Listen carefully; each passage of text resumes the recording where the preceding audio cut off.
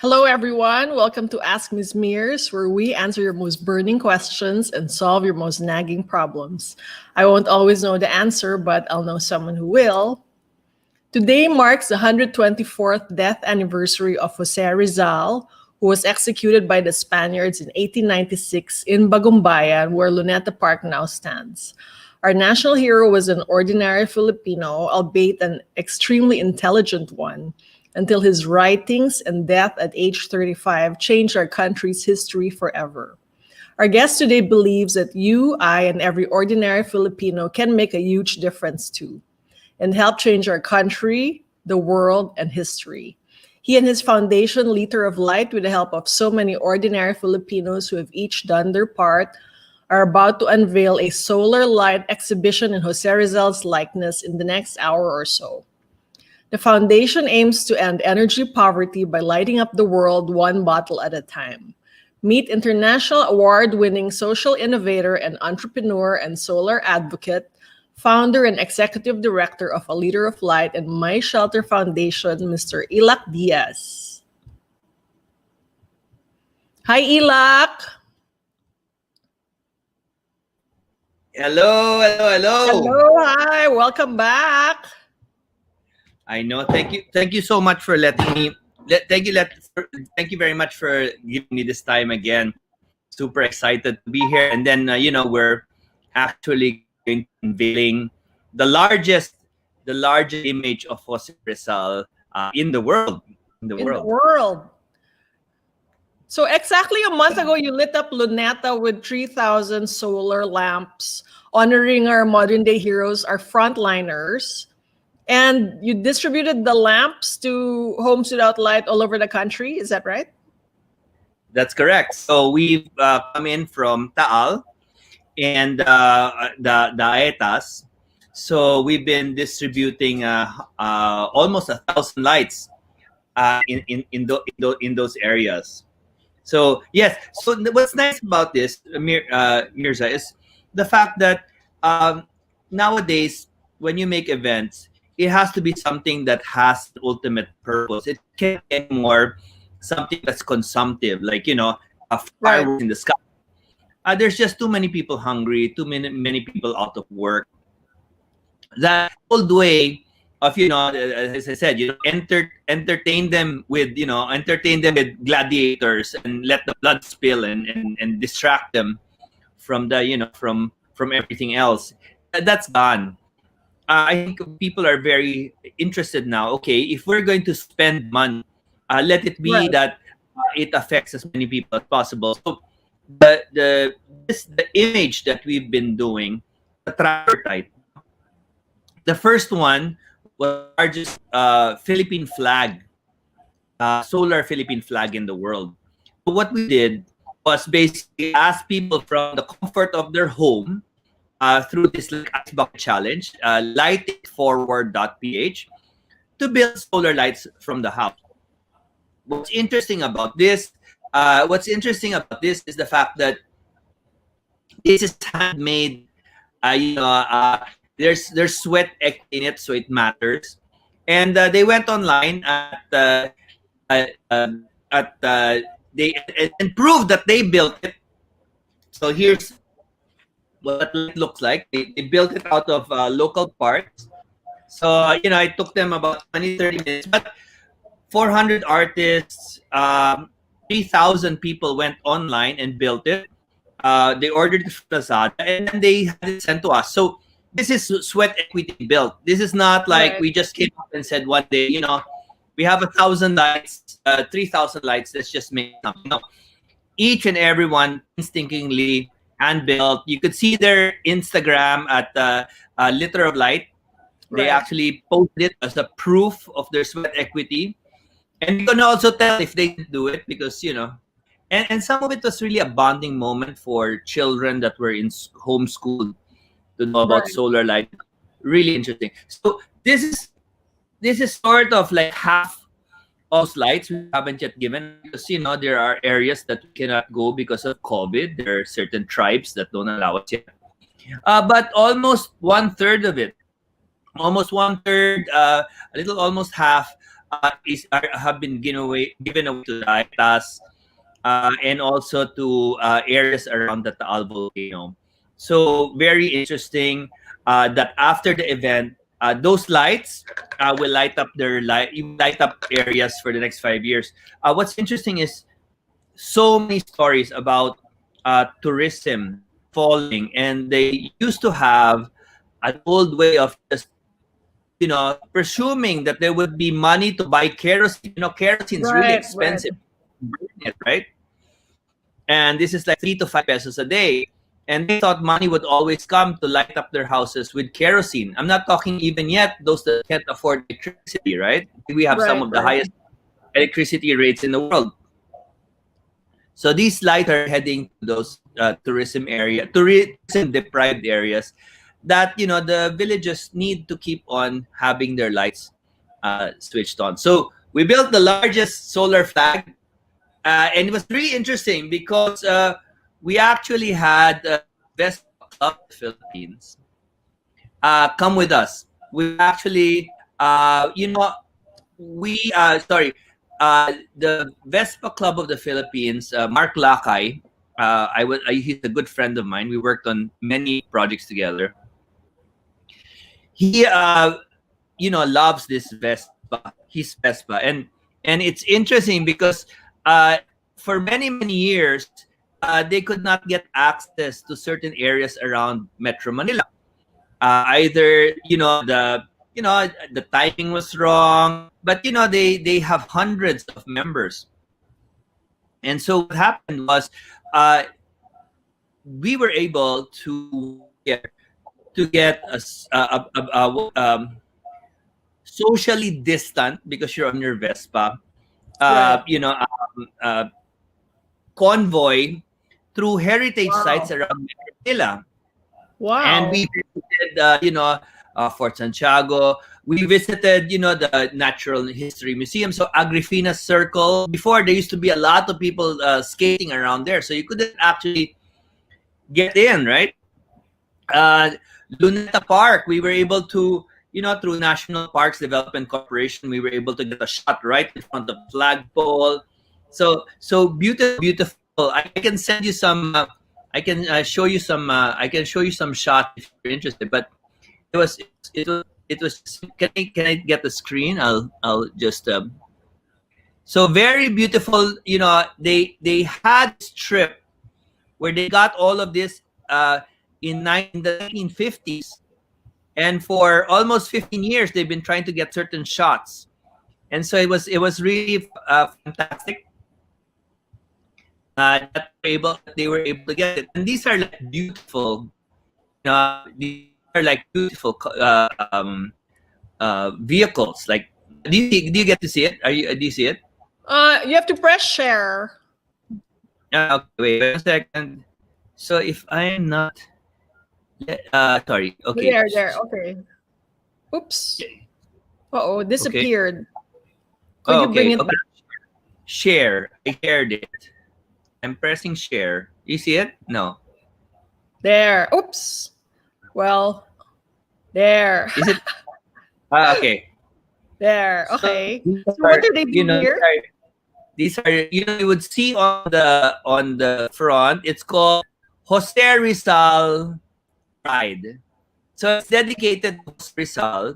Of course, the heritage sites that were there during the time of Rizal, but also, like the Luneta, the Fort Santiago. But what's interesting about this is also that they go, head and tail, like a long, long procession, Fort Santiago, following the last path of Jose Rizal. So we started out at this called Capitolio, very interesting place because it's the only place where local coffee beans, local coffee, only local coffee is served, pushing forward our own blends, our own coffee, so that the sales go up. And this is the team. This is the president. His name is Abe, and of course Mark Lakay. They're all in masks, so you don't know which is the desperados here, but all very beautiful team. Now they all made solar lights and ended up at Luneta. This is Mark Lakay. Okay. Wow. So I will unveil to you very soon what this new image looks like. Where one third, we replenish one third of the lights that were given out. So the Vespa team also volunteered to make the solar lights by hand, which is Wow. which is our trade. Yes. So Great. yes, we're so excited. So Mirza, we're gonna be building the largest. So it's a tripartite. We're gonna build the largest flag, building the largest image, and we're gonna make this largest solar rosary, like a rosary, in the world. So we're very excited about that. Luneta is a great place because there's nobody there because of the COVID situation, and we want to take advantage of this unique opportunity in the world to make these great artworks. Right. Do you have an image of the Rizal, proposed Rizal light up? Proposed, it's a red lighting up. The the current setup. Okay, so let me share with you again, and let me see if I get better with this when I being interviewed by you. And please, let's share. Let it share. Okay, let me see. Okay, Okay, look for it first before it's I there. share it. There. It's Okay. there. There. Okay. Okay, so this was yesterday, Oh, and this we is an are. actual photo. Oh yeah, this is a drone. This is a drone of the actual Oh image. wow. Oh, that's amazing. Yeah, so it's really hard to have proportion. So I just want to excuse ourselves that this is a work in progress. So today, we went there at 10 o'clock in the morning and made a little bit more of a smile on his lips. And a little bit of his eyes is being fixed now. So tonight will be perfection. How many you know, lights are these? so this is about 2,600 lights Right. that we did. But I mean, this is huge. This is about maybe 100 meters across. It's big. Right. So that's Yeah. an additional 2,600 homes without light that will benefit afterwards. So Okay. that's the thing about that's the nice thing about these kind of programs that we're doing with Liter of Light, where you can please come on light it forward.ph. You'll be able to make solar lights by hand, but each of that it's like I call it the human billboard, right? Right. You will make a pixel of light, but that pixel of light will go into the provinces later on to light it up. So it's such a it's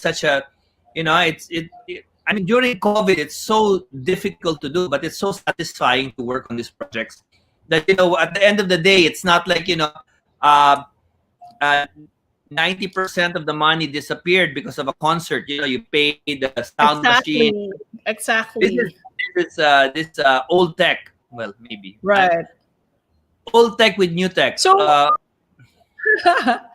just to inspire our viewers about changing the world, when did you start wanting to help the less fortunate? You credit your mother for raising you to be conscious about giving back at such an early age. Do you want to tell us about that?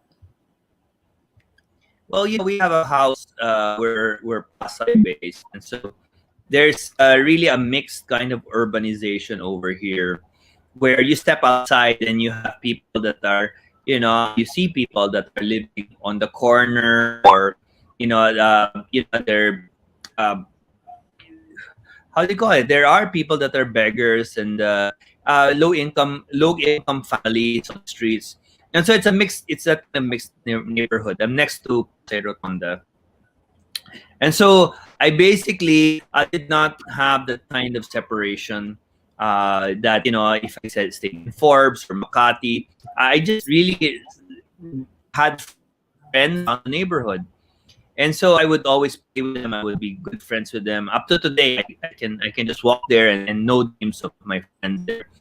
But also the disparity of growing up, slowly getting better educated, better jobs, better chance to travel, and they stay the same. So, I was using my inventions to, let's say, my bicycle washing machine for helping wash clothes faster. The solar lights, the bulb light, to be able to bring lights into dark areas. So I was using this kind of inventions for that purpose. So yeah, uh, I thought that everybody has to have the same access and privilege. Mirza, hello, Mirza, Mirza, Mirza.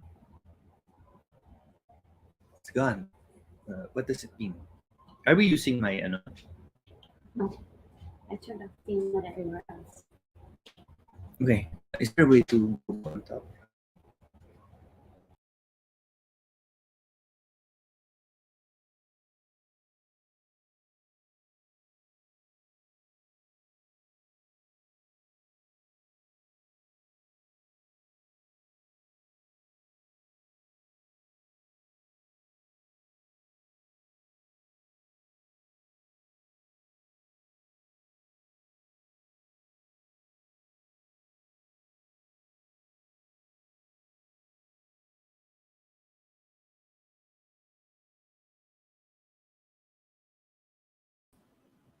Hello. Hi, Hello. I'm back. I'm sorry, I froze. Okay. Sorry, COVID. continue. Growing up in Pasay, where there was a big disparity between rich and poor, how did this change you or impact you as a child growing up? Well, my mother used to always pick certain occasions to buy presents and food. Would put them in packs, and my parents would have them line up. They have the lists of all the families outside, and this would, give a certain amount of a day of joy, a week of food, and a better Christmas. And so, yeah, this was a tradition that happened many years, and really, each and every part of the family had to pick a role, whether they were the ones that were packing the food or they were the ones handing it out.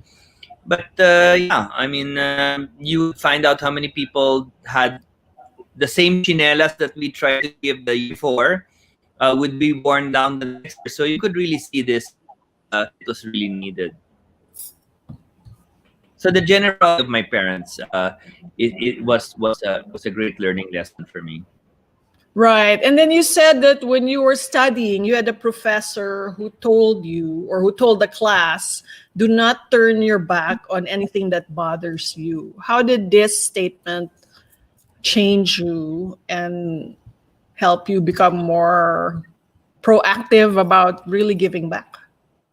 Well, there were two, no? I mean, the statement before that was really an analysis. It says, I go around and, I talk to a lot of students. And, I also know, that they take this kind of, tests, what is their capacity, what's their strength, their personality. And he says, how's it possible that 90% of all of the students are always looking for the richest people in society to try to become their clients? So, Right. I want to work in a magazine where, I would get to dress the top models so that, that they would buy this expensive clothes or design Right. furniture so that, this and this person or this and this family would use it in their house. And so he said, what about the balance of that? If 90% is trying to help the 10% richest, then what's left for everybody else in terms of innovation, in terms of service, in terms of, with the gap, inevitably is going to become wider and wider and wider. And if the government does not have programs to really ameliorate it or tax them higher so that they can give more to the other side or tax better, then you're going to have more and more super wealthy and more people that barely is going to, scrape by. And so this Right. was analysis. And so there, so I said, so what do we do?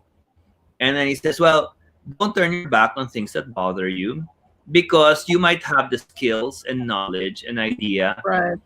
how to make things better. Now, if you don't have it, why don't you start with volunteering so that if somebody else is doing a good job, why don't you volunteer? If you have a little bit of money, why don't you invest or donate? And the third one is the best one is why don't you put up a social business? And so that's where I end up. Right. But what does it really take to change the world, and not just donate or volunteer? How does real change happen? What does it take? Especially for those of us who feel, I don't know, overwhelmed or hopeless about will anything new happens after the donations are consumed? Will things change? What are some very small steps that people can take, or what will really it take to change things? Well, we're one of the least when it comes to donations as the Filipinos. But what I'm saying is that donating to charity is one of the lowest per capita.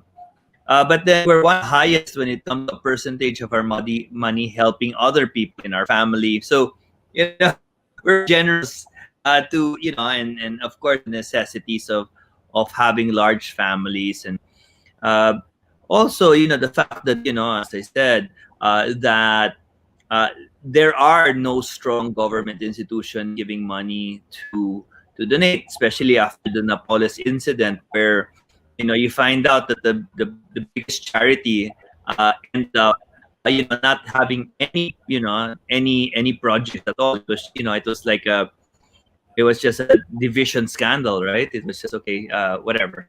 And so this one comes to the point is, where do we go from here? How in a country with so little per capita donation, with so much poverty, that's where social enterprise comes in, where you make business models that bring in back the capital back in the foundation so that you can have more equity and grow and grow and grow. And so that's what we did. We didn't invent it. Habitat for Humanity and God Kalinga the initial models where they ask the corporates to buy the materials, then you give the experience of them building it by hand Right. or pay for Right. it, and then after that is if they want to donate it, they will be able to you set up a tour package for them to donate it. So all of it would bring in money to pay for an office, to pay for staff. And this is very important because donations is once in a blue moon. And so I mean, next thing you know is you're in the poorhouse, just Right. waiting for donations. This is something that we did. This kind of experience of building solar lights, we did it here, and we did it in 32 countries around the world. And so, yeah, we. The other thing also is the power of the internet is amazing. Never Right. before you think that when I started out my foundation, I'd get 60 million hits on my first video.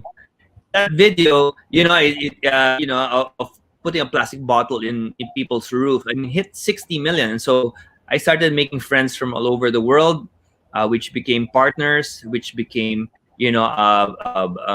satellite offices. And so 6 months of the year, I was traveling around the Filipino from, the middle island, from the island of the Pacific, going around the world. It was an amazing achievement. Not for my namesake, but just that the business model. So you might not get it right away, but definitely there are business models that can transform an NGO from the Philippines to one that's global. Right. So your first tip is that there are many opportunities out there. You just have to look for a place that nourishes your spirit and ideas. Would you like to expound on that? For instance, for you, Liter of Light was not your first endeavor, right? Yeah, so we did alternative construction. We did earthen classrooms, buildings. We built the first dome, no earthen dome over here. We did one of the largest bamboo schools. We did plastic bottle buildings, and so all of these are functioning, but not as big as Liter of Light. So yeah, so you have to keep on trying. Remember, it was not it was not that the ideas didn't work. We wanted to have an idea that became a global foundation. And so that global foundation was pretty tough because we said, like, what can we bring from here around the world, around the south, which is around the equator, other people with similar problems to us. And that's why Liter of Light was so easy to set up, transport. And sometimes we would smuggle almost 100 kits to be able to replicate them around the world, and give this kind of trainings for mobile charging systems, street lights. So it's pretty nice.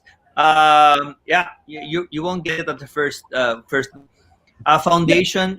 So what's interesting is the process for us is like a serendipity walk. Right. Serendipity walk is when you go out there and the world gives you its problems, it gives you solutions and its problems. You go out there, you ask people how you build things. I mean, you ask, like, why are they doing it? Why are they stuck? And from there, you come up with the discussion. If you have any of the resources or ideas to change that and get them unstuck. Tell us how you came up with Liter of Light on your serendipity walk. Well, the Serendipity Walk was actually for the Pier 1 Seafarers Center. I'll explain to you the Liter of Light in a while. But what happened was I was walking around Luneta, the one where you have a beautiful picture behind you. And I saw many people sleeping on the floor. A Serendipity Walk is really interesting because the professor from AIM would get a map of Metro Manila and then have a pen. And each student, he would just drop the pen. And when whatever that place on the map, that's where you go to try to figure out what the business. If you're really good at being an entrepreneur, you should be able to spot a business opportunity, right? So he just like drops a pen, it lands in Luneta, and so people were sleeping on the grass, and so I saw that they were well dressed. These were not homeless, and Right. these were seafarers, thousands of seafarers that basically were waiting for the paper, and instead of going back all the way to Cavite or losing time on money on the jeep, they would sometimes, if the day was good, they would just sleep there. And so what I did was I said, how much is your trip from Cavite to that area or there? And it was like $50. And so, okay, for $50, would you stay, open up a dormitory? My parents had a business in Intramuros. And so there they said yes. And so I opened up one of 200. It became 600, became 2,000. So yeah, I had 2,000 people to pay me $50 a day. and that's how this whole social enterprise started. It started out big. Right. It was just too many people for me. I was pretty young at the time, so to handle this kind of large amount of using it, I didn't have any software. I didn't have any guard how do you call this, automatic doors, swipe cards. It was all manual, so it was pretty interesting to handle that amount of flow of people. I must have handled maybe 150,000 people. Wow. And then, So the litter of light basically happened also in Serendipitous Walk, where we went to Tacloban, completely destroyed, and people were using kerosene lamps, and it was expensive, and people were getting burned. The lamps would turn around, were in their tent, children were getting burned, clothes were being burned. So really, we were trying to figure out the best way to have a sustainable energy for 1 year. And then I said, hey, why don't we build solar lights by hand? And they said, no, it's right. only imported. And we tried. It'll take 5 months for it to arrive here. We have to order, we have to wait for the order, we have to ship it. I said, yeah, but you take like a plastic bottle, and you take maybe a bamboo pipe, and you have some circuits and LED from motorcycles, and the solar panels are widely available. And he said, really? I said, yeah, well, I'll go to Cebu. So the roads bad, so I took a ship, and I was able to buy everything there. I bought vape batteries, and I bought it back, and Oh, that started everything. It started scaling and scaling and scaling. So yeah, we just basically came up with a very rudimentary solar light, and it turned out it was the correct way to do it, because I could now teach thousands of people to scale it without me ever having a factory. right. And where can one find support for these ideas? So there is a group of social entrepreneurs out here. I mean, there are Facebook groups. There's online. There's a lot of lectures on it. Ashoka is one of the leading social enterprises. Of course, there are local Philippine, social entrepreneurs that get together, and so they're the mentors. It's just the government does not have a big corporation where we get a special privilege as a Right. business. So that's a big problem to get the same taxation as a private business. So you suggest looking for these Facebook groups, such as Oh, sort. reading up on internet, watching YouTube. I mean, it's not like when I was starting that there was no There's case no study. YouTube. Well, I don't want to reveal my age, but let's just say that you have to actually go and invite that mentor for coffee. That was our YouTube then. It's like, hey, Right. I know that you do have this social impact or this corporate social responsibility. Can I talk to you? So yeah, I mean, especially nowadays with COVID, it will change everything. So you've got to like tag them on LinkedIn and get to talk to them. So, or have a great talk show. Maybe I should have a talk show. Ask, I me think you should. about- I think you should. So you can help other budding social entrepreneurs. So the second tip is expect failure. How much failure did you go through? You name 1 out of 10 is your failure rate. Paano pa kaya No, yung mga no, bago? one out of 10 is my success rate. Oh, your I have a success rate. Sorry. what do you think? I would have like a divine providence if 9 out of 10. One Right, out of right. 10 is I'm we try out several different models, several different. I mean, Edison had to go through 1,000 to get but for a solar light, it's much easier. But 1 out of 10, sometimes 1 out of 20. But I know to keep on going to the 9 and not give up on the second, right, or third. So it sort of like gives me a sort of ratio that the world does not owe me anything. That Right. that failure is part of the equation. I mean, some people have to go through one out of I don't know how much to get a client. 10, maybe 20, maybe 9 of them will call back, and out of that 9, one of it will be. But you have to call 100 for you to get that Right. 10 that would come. So there are these kind of ratios that sort of you get to know when you're older in life. Tell us about some of these failures that eventually turned into success. Like, what were some of the struggles that you encountered early on?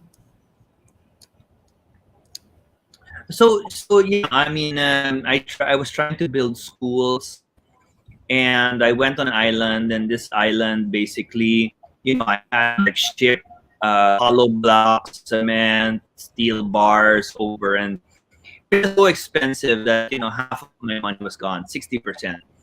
So really, I saw that there was an old Spanish church made out of what we call adobe, right? Adobe slope soil, which they mix with aggregates, and they make these churches last for 500 years. It's 500 years almost for till the time that that's why I have the circumnavigation of Magellan. And so really, why are we always doing imported patented expensive materials or manufactured when really there are these kind of technologies that actually were invented so many times ago, except that it was erased from the architecture book. And so that Right. one, when I realized that it was not the efficiency that they built expensive materials that you can get with the hardware, but try to build it out of local materials. So that's where a lot of my early days as a social entrepreneur was trying to build with alternative construction. Right. Sorry, your internet is kind of Low. wonky. If you also have a phone, maybe we can have like a backup. Okay, got it. Okay, I'm doing it now. Right. Wait, Just in wait. case. Okay, I have it on my phone. I might freeze. Just click on I the might. link to your phone while I go to number 3. You said when things don't come together or when you fail, analyze what happened and ask the following questions. Do you perhaps lack leadership skills? Do you lack training? Or do you lack the connections needed to make it happen?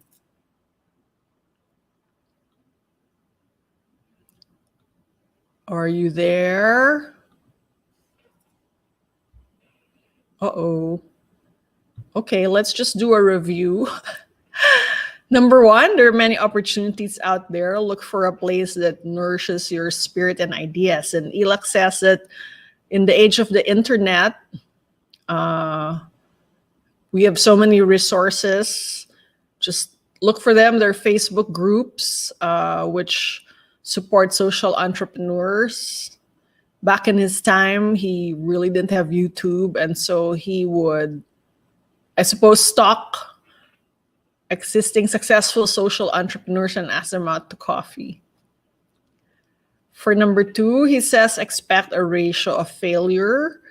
Illac says that only 1 out of 10 trials, in his case, will result in success or a great idea. And you're back. Is this your phone now or your laptop pa rin? Yes, this is my phone. Oh, wow. It's so much faster and clearer.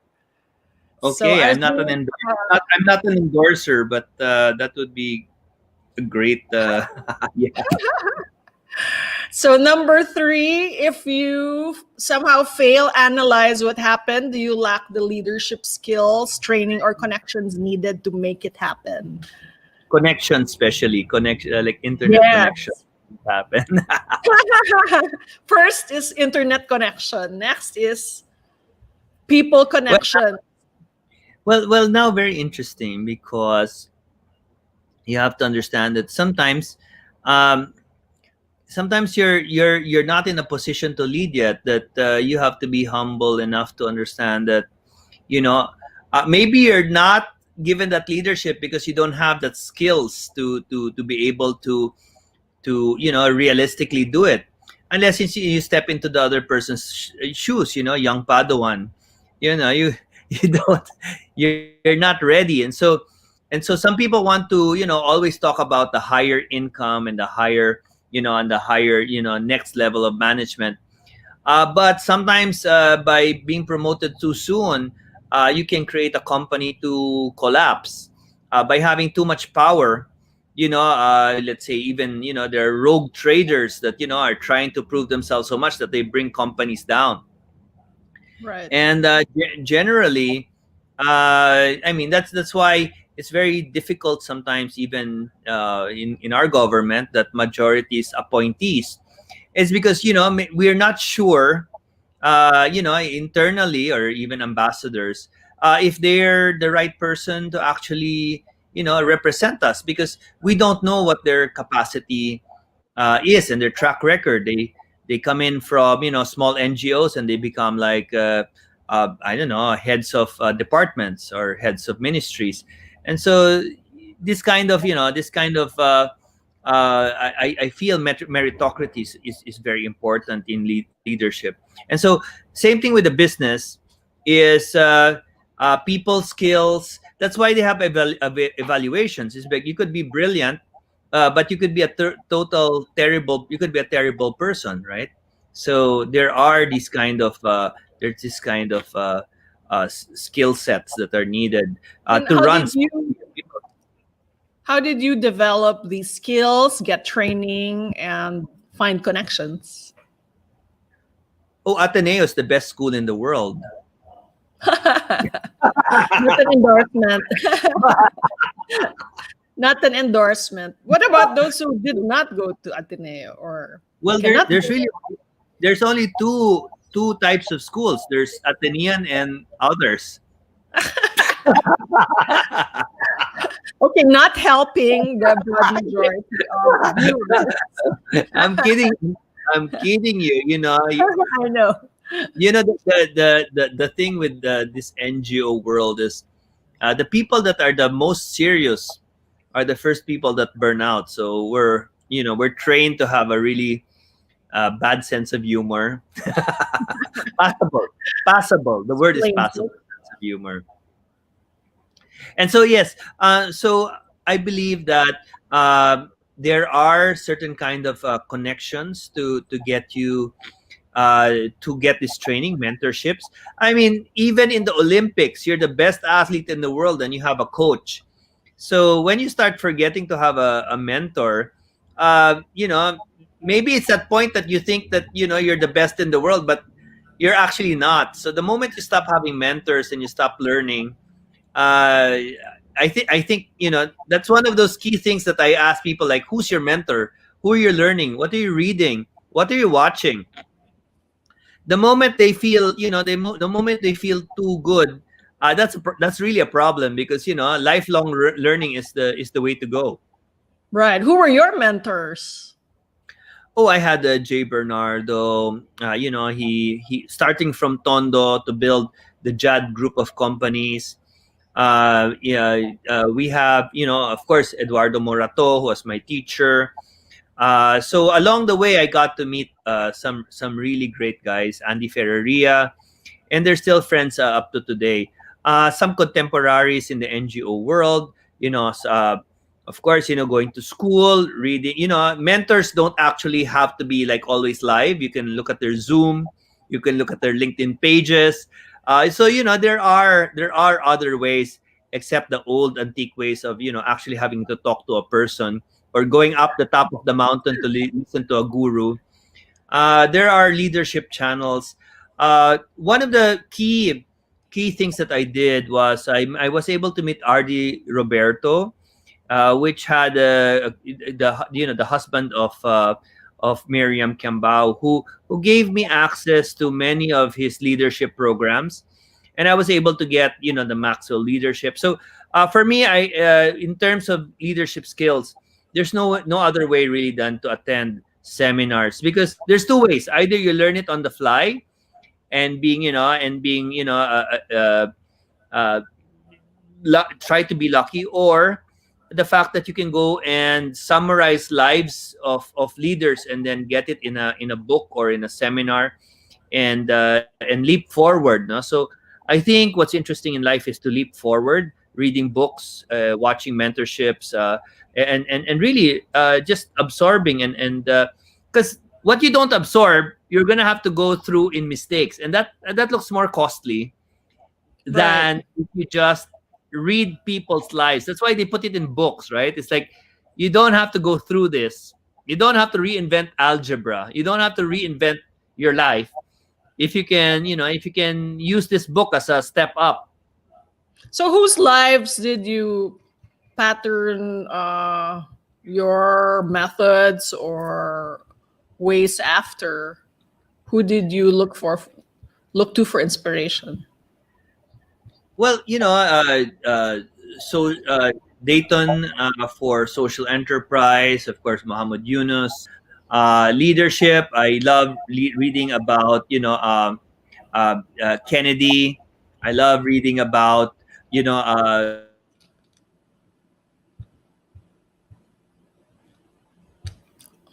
Uh-oh, you froze. And Illac froze. Hopefully he will come back soon. Connections talaga, internet connections. Calling Illac.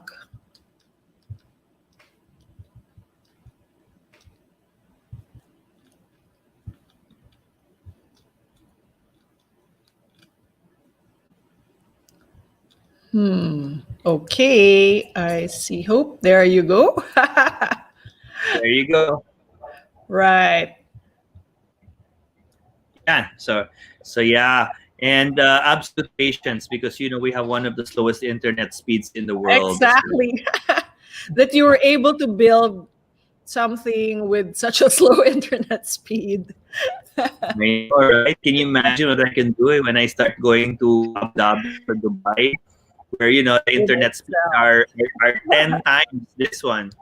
But they don't have a Mirza, so they can have the internet speed but no content. So back to connections. Off the top of your head, can you name some groups or institutions or people besides yourself, since we are putting your contact information below, that a budding social entrepreneur can approach for help or inspiration or training or mentorship? So yeah, there are several books, on social enterprises that are fantastic. I mean, it gives you, well, you one of the best to do as a social entrepreneur is first to enter into a business. Doesn't have to be a social business, but know about accounting, know about marketing, know about sales, labor laws. All of these things are very important as a basic. So having basic business skills is really important. Then of course there's there's first books on social entrepreneurs. So I don't want to give you my old ones, because these were like starting. But in Asian Institute of Management, there's a whole reading list on social enterprises Right. that is more modern. So once again, I started out with the basic, uh, with the basic books on it. The Muhammad Yunus, the shared economy. Those were the basic books I read about. Right. And I also was asking about groups or communities, or are there organizations?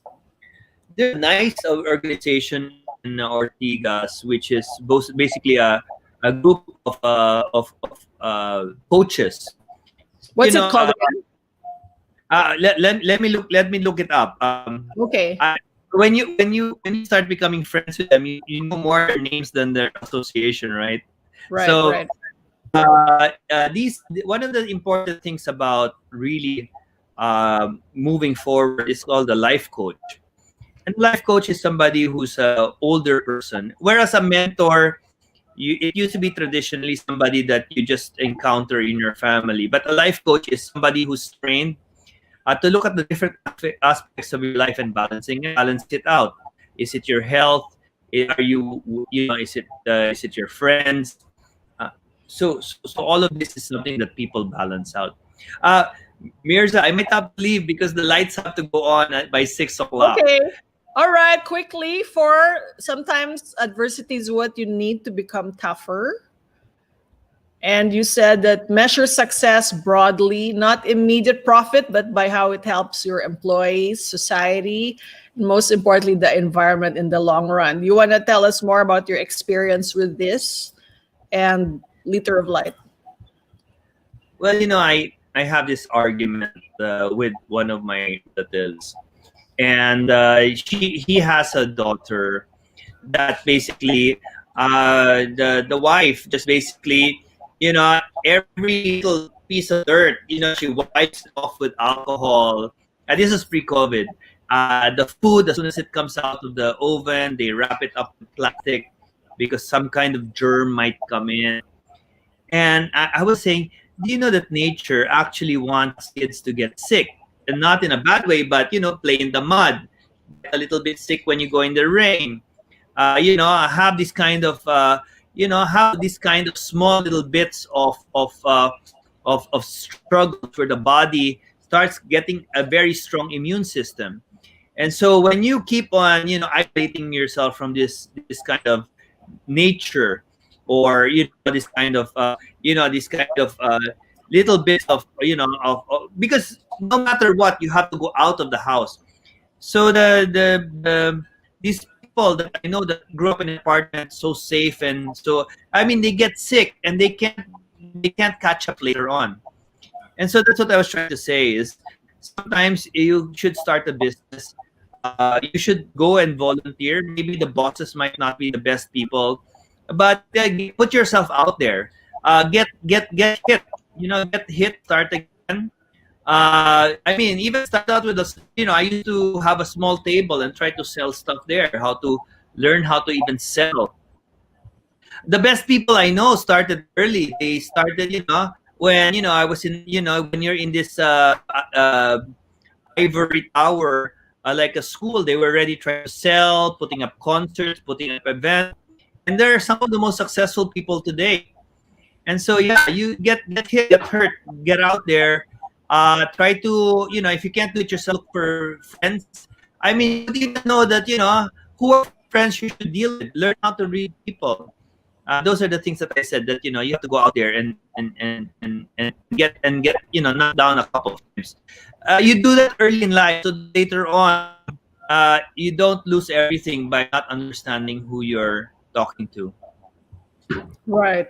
So, do you have like a parting message for everyone who wants to follow in your footsteps and help change the world? What will it take, and why should everyone do it? I was saying that if 2020 was the year that we all realized and appreciated what we have, 2021 should be the year that we can share what we have and put our talents to good use by helping others as well.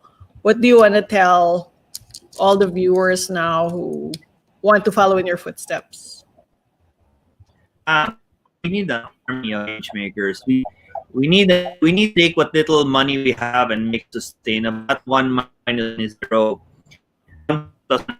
There's so many people that lost jobs. Foundations are down 60%. These are times. But even during the dark ages was the Renaissance. So yeah, I mean, we might have a little bit of struggle, but let me point out. Sorry, wrong side of the chest. This one is, this one's 500 years since the Magellan was killed by Lapu.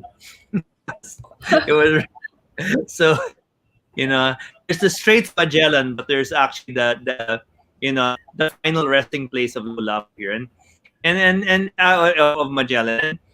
For me, it symbolizes 500 years of heroism and victory. That over 500 years, we had great men that were able to go around the world. I mean, they put up statues of Rizal all over the world. The Kayumangi, the Kayumangi heroes.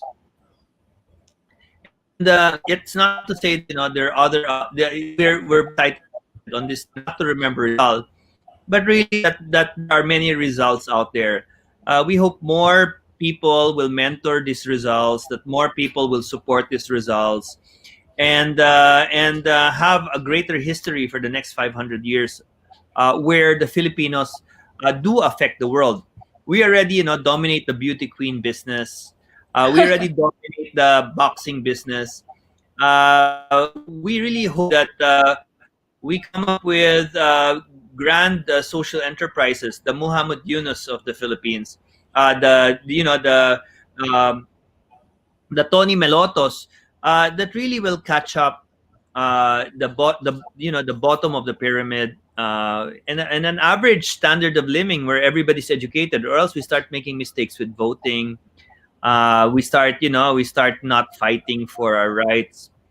I mean, and yeah, or having integrity as part of it. So yeah, we have it's a young country, more to go, but yeah, we look forward that this talk that we have is basically to tell others that, don't look at me. I'm actually hoping that there are people better out there, because it's tough, and we and every time that people are not doing their part, it leaves it to others to have to fulfill that, to keep up this safety net of society. We have to have better laws, better doctors, better way. I mean, not better doctors. I'm just saying that we should have more, that 90% that cares for the 10%. Right. At the time where people are very disappointed in, I don't know, the leaders of the world, the leaders of our country somehow, or even the people that voted for them, you still believe in the Filipino. You want to tell us about how much you believe in the Pinoy and his capability. Oh well, where else would you want to look for inspiration? Either we import our heroes or we create our own. But if you only always look towards others, then you're all waiting for Superman to come, and Superman does not exist, nor Santa Claus. But his values are what we want: honesty, decency, and that there are people willing to fight for the goodness in the world.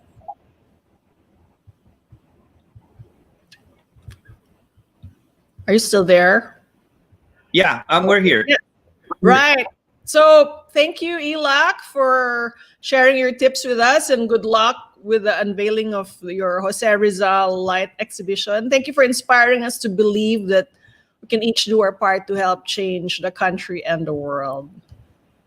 There's no other way, unless you create a base of people actually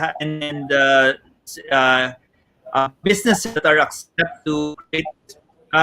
It will keep on lagging behind our neighbors who are ahead of their time with this. So the longer we take to have a medium life standard here, access to education, internet, water, the longer it will take to catch up with our neighbors. So what we're talking about here is not just the fighting our poverty situations. We're talking about the overall competitive nature of our country as compared to every other country. And I say compared, that means access to resources, ability to pay for materials, who's going to get the first medicines.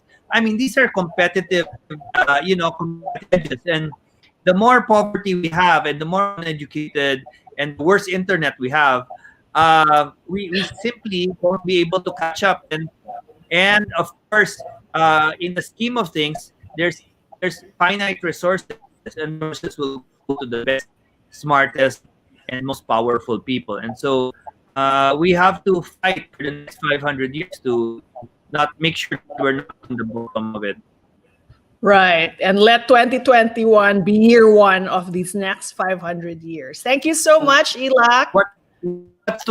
Sorry, I just don't know that number. What? I don't know that number. I don't even add my age on my birthday for 2020.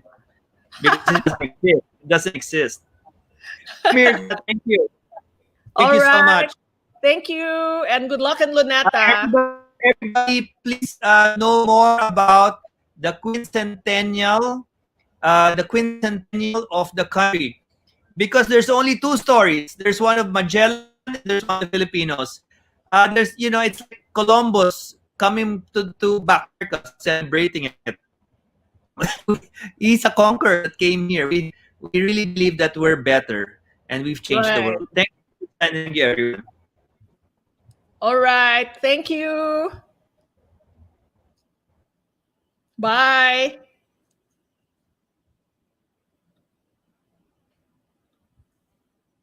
Thank you, everyone. This has been Ask Ms. Myrz. Apologize for the technical problems. And I'll see you next year. Happy New Year.